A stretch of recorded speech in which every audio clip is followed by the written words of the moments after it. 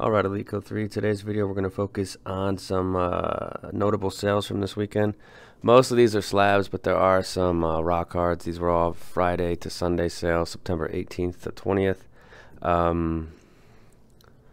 So something I have noticed is I think the market's cooled off a little bit from like the summertime and spring.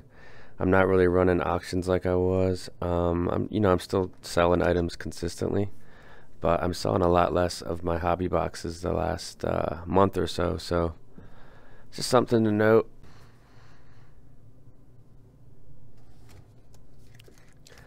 Strangely enough, we need to take it out to see it. So this is like a 1986 insert of Durant. It's a 2007 issue card. I put it in auction. I put it as NM plus. I can't remember what the issue was with the card, why I listed it as NM plus, but cards like this where I don't think it falls in the near mint range, I note it in the listing title, and then I'll usually put something in the description like flaw in the back corner or dinged front bottom right corner or something like that, so this buyer knows what they're getting into. Of course, it's just my opinion. That's why it is probably best just to buy cards graded. You don't have to dispute with buyers and sellers over what you think the condition is, but you still try to do your best if you're a seller. This is the Star Rookie Pujols. I mean, it didn't go for a ton, but I've seen this card creep up a little bit. It was kind of in like the $25–$30 range, and now they're pushing 40 to 45. So modest, but it is something to keep in mind. This was a monster. I think I got this one graded a while back. So it is the flagship Breeze, and flagship across baseball and football. A lot of these classic quarterback cards have really seen an uptick in value. People love the basic nature of the flagship. This one, I thought it looked mint plus. I didn't think it looked gem mint, so I just put it in the store. It's about 60/40 centering from right to left, but it's a PSA 10, so it's sold for an absolute bundle. Breeze. It's kind of an interesting little card. Burrow. I got this in a pack. The rookies. I don't know where the top loader went for this one, but these 2020 football cards sell for a ton. I mean, that makes sense because the box prices are already priced so high, so the singles should sell higher. Just basic common sense. Daniel Jones Laser Prism.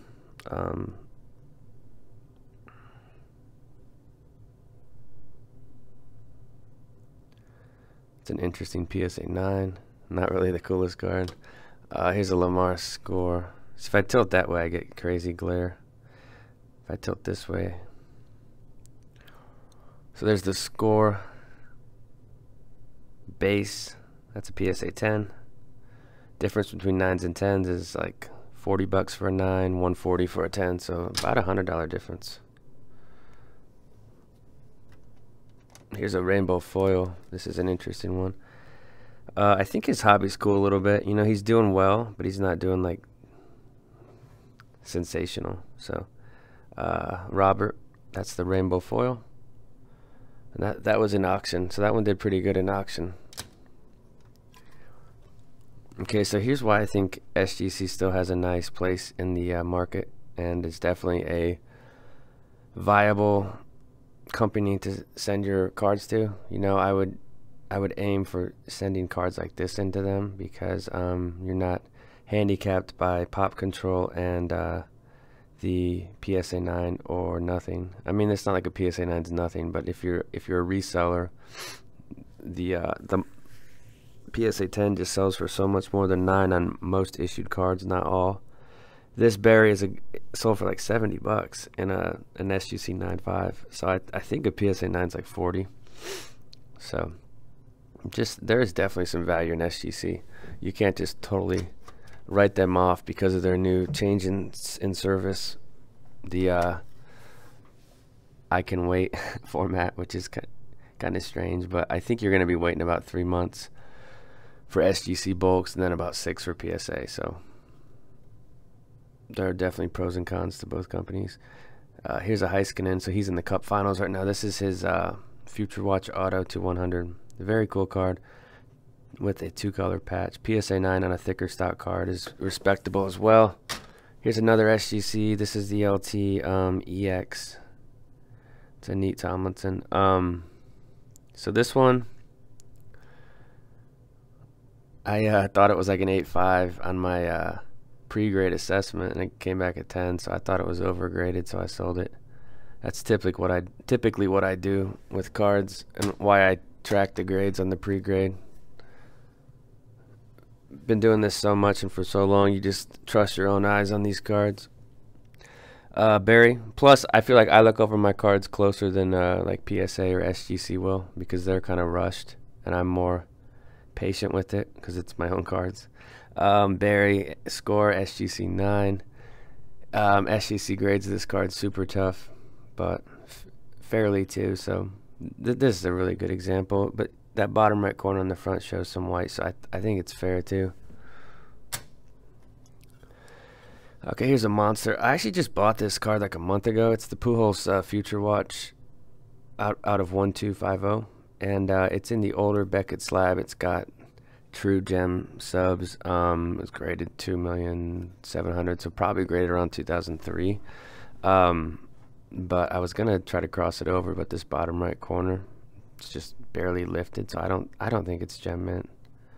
But it doesn't matter what I think. I always say that, but I put it in the store and I marked it up because I wasn't in a rush to sell it. It's not a perfect card, but I still think it's a mint plus card. This is an interesting one. This is the limited phenoms. This is actually a neat looking card. It's got some crazy glare. I'm trying to show it to you guys. Okay, there we go. It's out of 150. It's got a 3-color patch. Phillip Rivers. It's got a centered auto too. Mint 9 on that one. Here's what the back looks like. It's just 2004 was a great year for football cards. A solid rookie class, and then just some phenomenal sets. Here's Prime Signatures. This is a set that's been done before with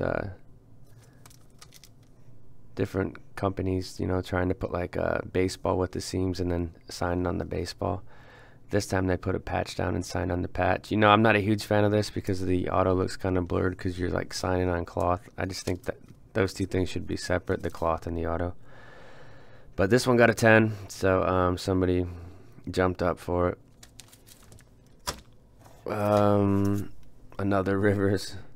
This is the Topps Chrome PSA 9. The nice shine on the refractor. Great card too. Great card for the price. Get a nice solid PSA 9 for a fair price. And then Junk Wax, so a card that I don't think many people would even think about sending in, but it's Lawrence Taylor. It was centered. I thought it looked like a 10. It was a 10. I put it in the store, and it sold for a very fair price. So that's it, guys. Weekend notables later.